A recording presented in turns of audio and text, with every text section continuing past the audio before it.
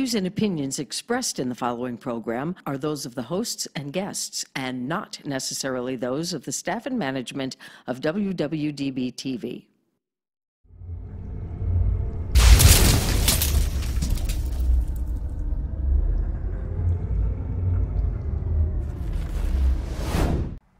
Hello, welcome to the latest edition of Let's Talk Sports with Rick and Jack, my friend. Good to see you, man. Good to see you, sir. How you been since last week? Good. Good. Last week was a good show. We did a lot of good football picks and did some great things that hopefully if you're putting any coins on it, I like to call it coins, you know, fun stuff. Wink, wink.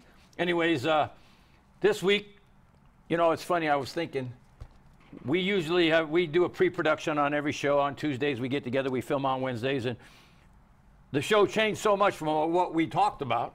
A couple of things that came up last night in the World Series, and I'm like, we didn't talk about that. We figured the Dodgers were going to win the World Series, but we didn't count on a couple of events that happened during the game, after the game, during the celebration, pitching changes. What is your overall view of that World Series game last night? We should be having a game tonight, by the way. Yes. And I'm a Dodger fan, you know that.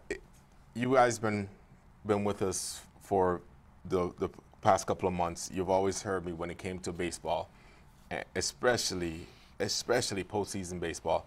Managers are very important. That's why you spend so much money to get the right managers to make the right decision. And last night was a bad decision. He's talking about Kevin Cash, manager. Pulling your pitcher Deluxe, supposedly, that was dominating that game just because of one hit.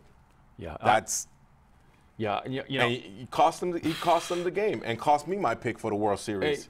Cost them the game, cost them the World Series. As I was telling you, I've been around baseball a long, long time. From a young lad, I played it a long time. I loved it. I've watched it a long time.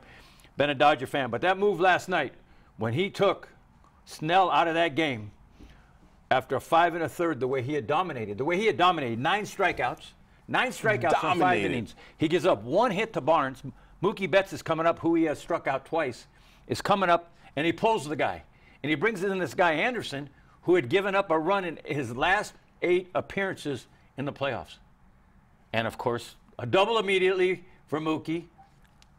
Gets over to third base. Somebody hits the ball to, you know, the first baseman, and he's not going to be in time at the plate because Mookie's too fast. He wasn't in close enough. That's another mistake. Your first baseman isn't playing close enough if you want to cut off the run. If you want to cut off the run number 2 to make the game 2-1. Terrible, terrible decision. So many mistakes. Terrible decision. And I'm of the nature, if I'm managing a ball club and I got a guy who's dominating like that, I'm going to tell him, hey, man, you made it through 5 innings. You've been 1 hit, 9 strikeouts. Dominating. The Dodgers were fearful. The Dodgers didn't know how they were going to generate 1 run, and they said that after the game. They were thankful when they took him out. If I'm the manager, I go to Snell and say, "Hey, how are you feeling? Are you good?" Yeah, we got 12 more outs to get. I know we're only up 1-0. Can you do this? Can you do this? And the answer is, of course, going to be yes. Well, you let me know how far you can go. Take this game, shut him out. Let's play Game 7. He doesn't give him a chance. And Snell's reaction, if you all saw it, was. I can't mention the words that he said when he got taken out of that game because he was very upset. But one of them started with F, and the next one was U. That's talking about his manager. Yeah, because it was caught on camera. It cost him the World Series. Oh my God, I'm disgusted. And again, I'm glad the Dodgers won. But that being said, I mean the guy totally ruined the game. I believe Tampa would have won that game. We'd have a exciting Game 7 tonight. Exciting. Morton against Buehler, 2 good pitchers. But beyond that, we got a player on the Dodgers. Selfish. COVID-19 playing. And then in the 6th inning, they, decide to take him out of the game because they know he tested positive. And then they celebrate, and he's out on the field kissing his wife, celebrating with the players in the pictures when he's supposed to be isolating. Man, that ruined the whole World Series for me. That is such a selfish act by a guy who doesn't care about anything but the team, doesn't care about life and death. All he cares about is he wants to be part of that World Series celebration. I ended up being disgusted with that World Series game last night.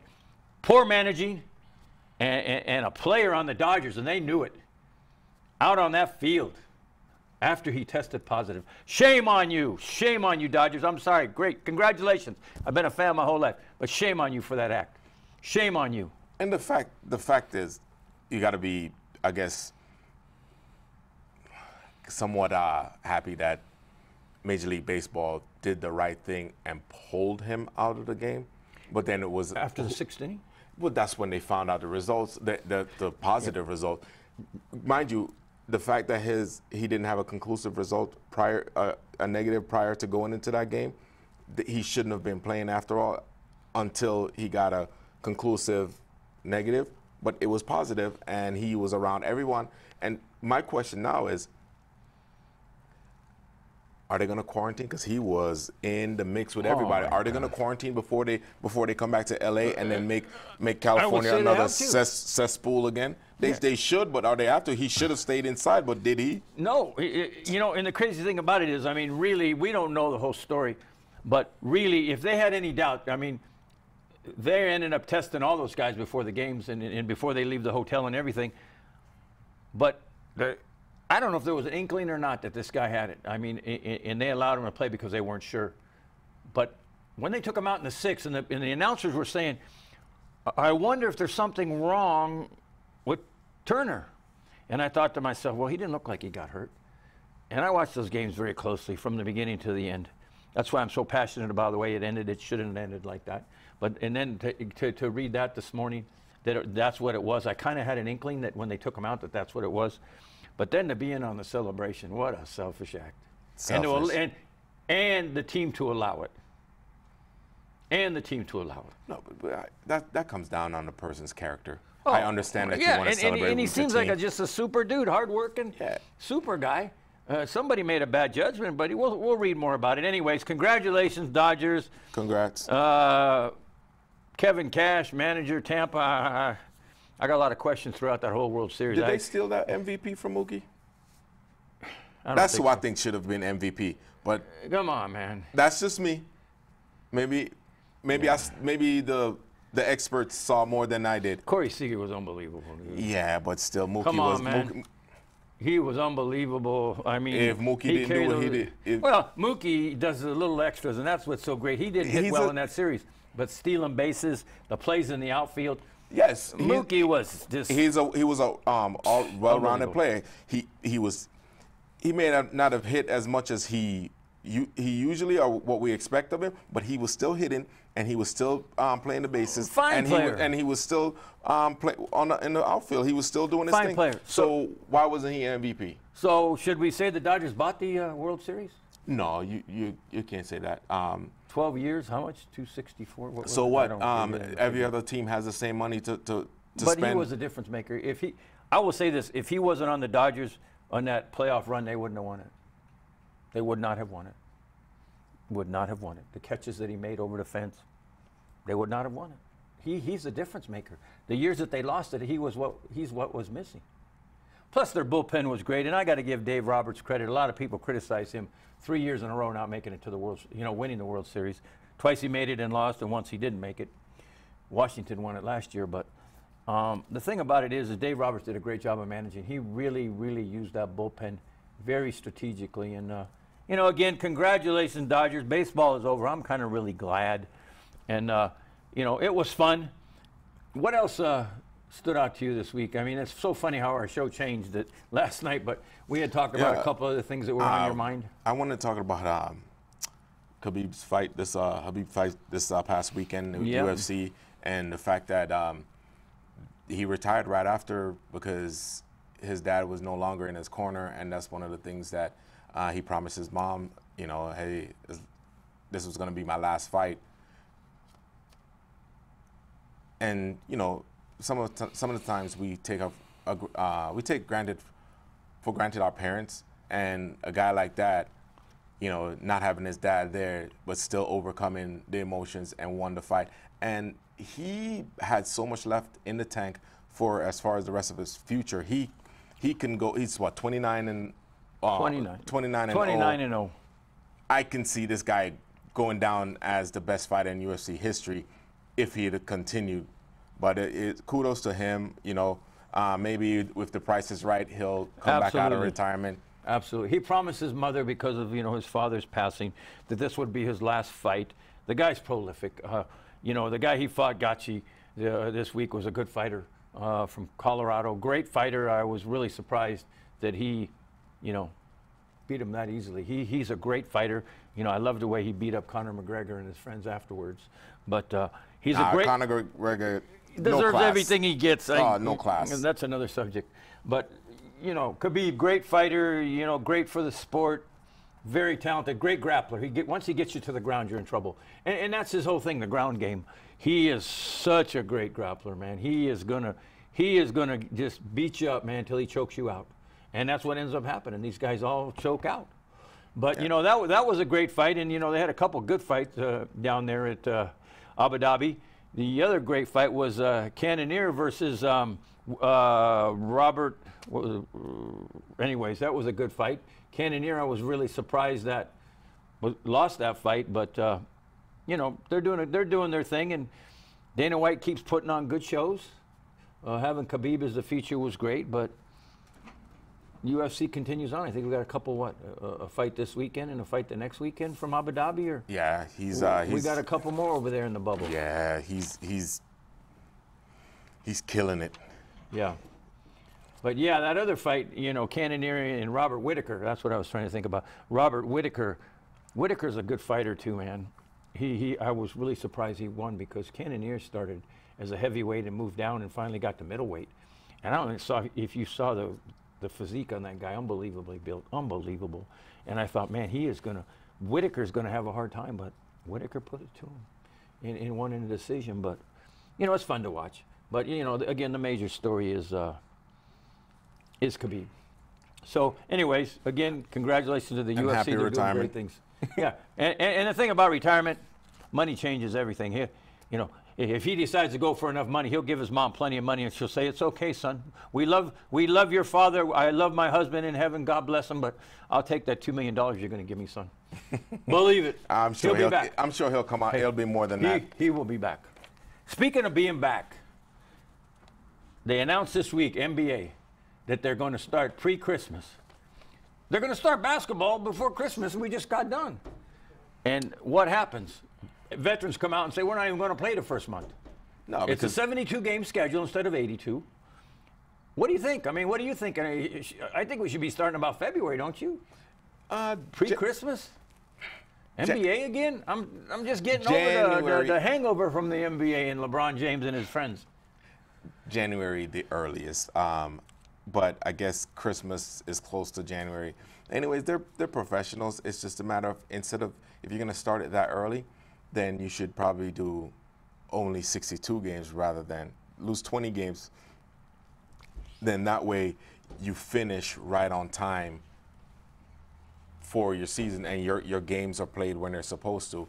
But it's all about money. I guess they lost like $1.3 billion based on the way the season ended and what they had to do with the bubble. So they're trying to recoup that much coming back. So, yeah, to me it's crazy because they were very fortunate. The bubble went very well for the NBA. Everything was just practically spotless.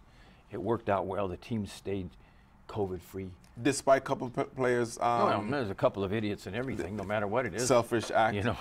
There's a couple of idiots anywhere you go. But, yeah, I mean, other than that, it was good. But to me, it's like, I look at it like this. Teams like the Golden State Warriors, they'll start tomorrow because they haven't been playing. They're ready to go. Teams that, were in the bubble a little bit, Phoenix Suns, they can't wait to go because, hey, that looks like a good ball club. Golden State, people don't understand. That's going to be a real ball club this year. But now you got the NBA draft coming up very close to the season. And it's like, I just don't think the season should start that soon. I think they should play less games, but I don't think you should be starting till sometime in January. But anyways, we've got to do a couple commercial. We've got to take care of some commercial business. We'll pick it up with college football in a couple of minutes. Let our commercial people do their thing and have a couple of announcements. We'll be back to you in a couple minutes. Stay tuned. Crazy Terry here with your car care tip of the day. So it's not a bad idea every now and then to check your battery. If you don't know how to do it, have somebody check it for you. Just a visual inspection can tell you a lot about your battery. So as we can see here, this battery's got a hold down. It's nice and tight. The cables are on. They don't look bad. We've got a cover. We don't see any corrosion. Everything's kind of tight, looking good. A little bit of dirt, that's normal, but nothing's leaking, no real cause for alarm here. So that's a good sign. Doesn't mean it's good, but at least visually we know that it's intact. Okay, so we're looking at a battery here that shows signs of corrosion. We want to test that battery to make sure it's good. Usually when they're getting like this, there's going to be a problem, leaking some acid at the top. We ran the test and we find out it has 396 cold cranking amps, but the battery requires 650. So it's just not enough. The battery is going to go soon. Better to know now than later. Okay, so the benefits of checking the cable is because this cable's rotted out. What we'll find is this is the problem, not the battery. So it'll save you from buying a battery, still having the no start, only to find out that it's a cable. This type of corrosion is common in diesels. Okay, so we're getting ready to jump the car, but we have to have some battery cables. And we have to check those too before we hook them up to the battery. So here we have our standard set of battery cables. We just look them over, see if the ends are frayed, if everything's connected all right. Everything looks good here. Wouldn't hurt to check the rest of the cable just to make sure the dog didn't get it and chew it up. We have red and black. Red's positive, black's negative. You always want to hook the positive up first and then the negative. And I'll show you how that's done right now. Keep these off to the side so they're not touching each other. Hook up your positive. You can find that right here by the plus sign, the negative sign. Plus is positive, red. Make sure that's securely hooked up. Keeping these away from each other. Hook up your negative cable. Just got to fight it on there. Figure out a way to get it.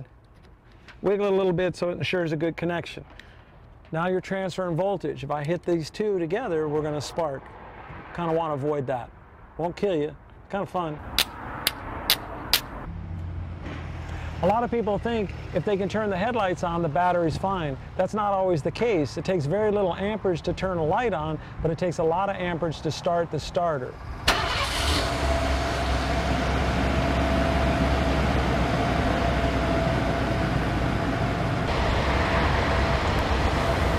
I recommend checking the charging system every oil change. At Sun Valley Automotive, there's never a charge for that. This is Crazy Terry with your car care tip of the day. Welcome back. Thank you to our sponsors for believing in us and being involved in our show. Every week we thank you very much. We have sponsorship here. If you'd like to have a commercial, 30 seconds a minute, we'd love to have you on our program and be one of our sponsors. That would be great. We'd love to have you in the studio, make a commercial with us and see what we do here. But we're always looking for advertisers that want to produce products or have products that they want to get out there and have us produce commercials on our show. So thanks for checking back in. The first couple minutes, the first 15 minutes of this show were very lively. As you know, we talked about some very compelling things and that brought our heat up a little bit. I know I got warm under the collar about the Dodgers and Kevin Cash. But anyways, let's move on. College football's heating up. What you thinking about? Who's the top four? Ooh. So, of course, the number 2 spots are in a lock with Clemson, Alabama. Everything else is 1 and 2, you think, huh? Yeah. Clemson, Alabama? Yeah, and then I really like Notre Dame, but the last time I really like a team, like in Georgia, they end up not performing well against. But I really like Notre Dame, and then I need to see one more game with Ohio State before I can put them in the top 4. But the experts have them there. Well, I tell you, I believe that Justin Fields is the real deal. I think he's the best quarterback in football. What an athlete. I know Trevor Lawrence has a lot of fans, but Fields is a very, very, very good ball player. I think, personally, after one game, I'll put Ohio State at number 1. I go Ohio State, Clemson, Alabama, Notre Dame. That's my 4. I don't give up on Georgia yet. They're still looking at it. There's a couple other teams. Oklahoma State is playing good football. We got some good. Michigan was a surprise this week. Yeah. I mean, I guess he didn't hold back. What a beatdown. Yeah. And their new freshman quarterback. Well, that's been one of his biggest issues is not having a quarterback. A quarterback that he can. He's had a couple that were decent, but that's decent. Yeah. This kid looked pretty good this week, and the Michigan offense and their defense. I mean, what a beatdown that game was. So you think this year he might beat Ohio State? No. I don't think anybody is going to beat Ohio State this year. I believe National that Ohio champion? State is the #1 team in the country and will be the national champion. Okay. You heard it here first. I think Alabama's a good team. Losing Waddle, their top receiver, they got some other great receivers like Smith and a few others, but, you know, their quarterback's decent. Alabama's a good team. I question their defense. Clemson, you know, people want to doubt them every year, but they just continue to win. Well coached, Dabo Swinney, great coach, great leader. His players love him. Dabo Swinney's got the formula. He's good. And I think, you know, Notre Dame's been on the outside. They lose that big game every year. You know, they were my game of the week. That's the game I gave out in college football. That Notre Dame, after having a lackluster game against Louisville, which they really weren't into the game, that was a beatdown, 45-3 this week. And, you know, I think who's Notre Dame playing this week? Who we got them against? Oh, Notre Dame versus Georgia Tech, given 20 points. Yeah, I think Notre Dame will probably light them up pretty good. But, pretty good, just pretty good. Pretty good. You know, that's a lot of points. I mean, what do you see in the college games this week that are interesting to you? How about Michigan State, a traditional rivalry? Look at the point spread. What is it, 25 points? 25 points. That's Michigan favored by 25 over Michigan State. Is Michigan? I think they'll cover. Are they that good? I do too. Are they that good? I guess. Yeah. I just don't.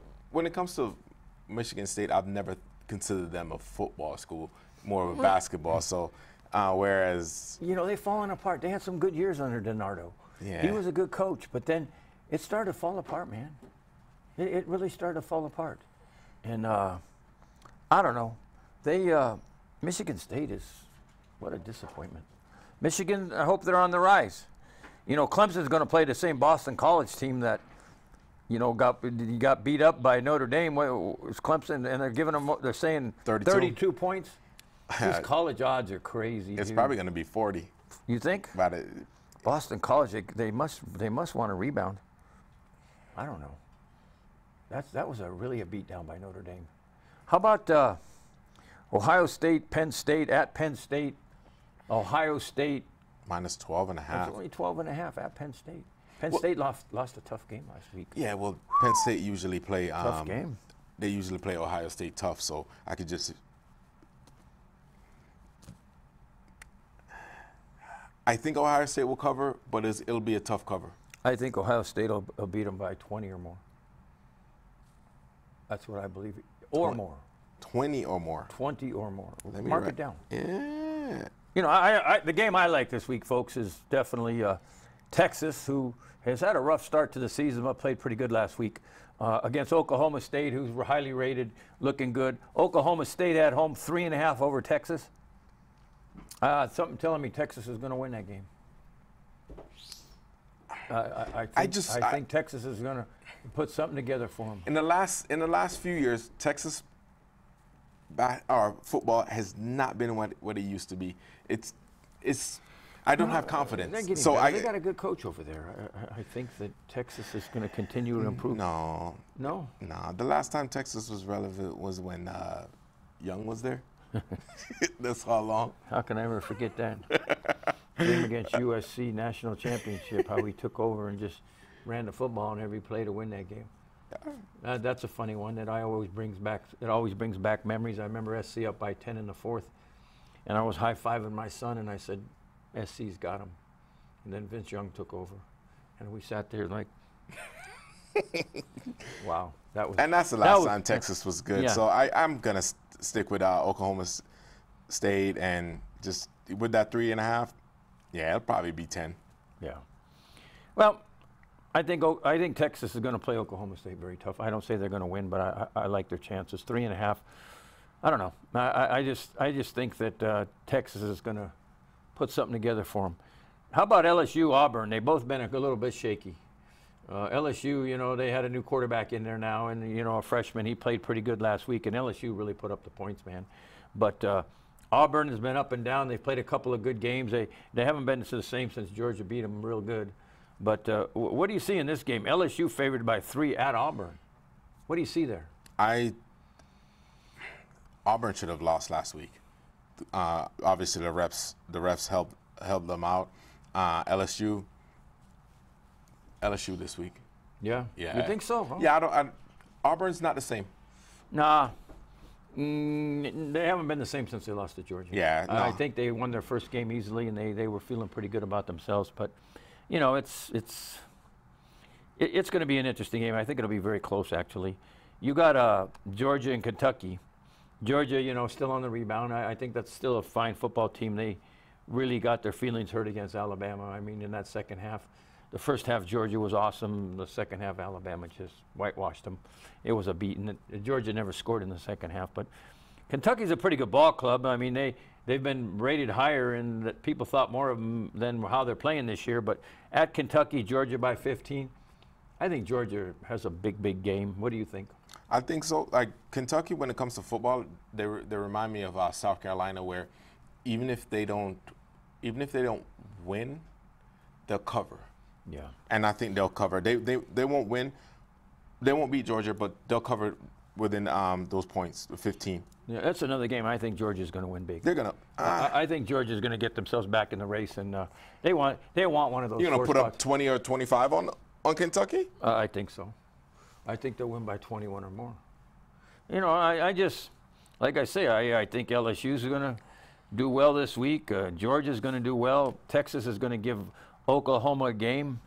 You know, the other big games, Ohio State, they're going to beat Penn State easily. Notre Dame, 20. Notre Dame's a good ball club. Clemson going to win big. Michigan going to win big. This is a game of big wins this week. You know, and get a parlay in.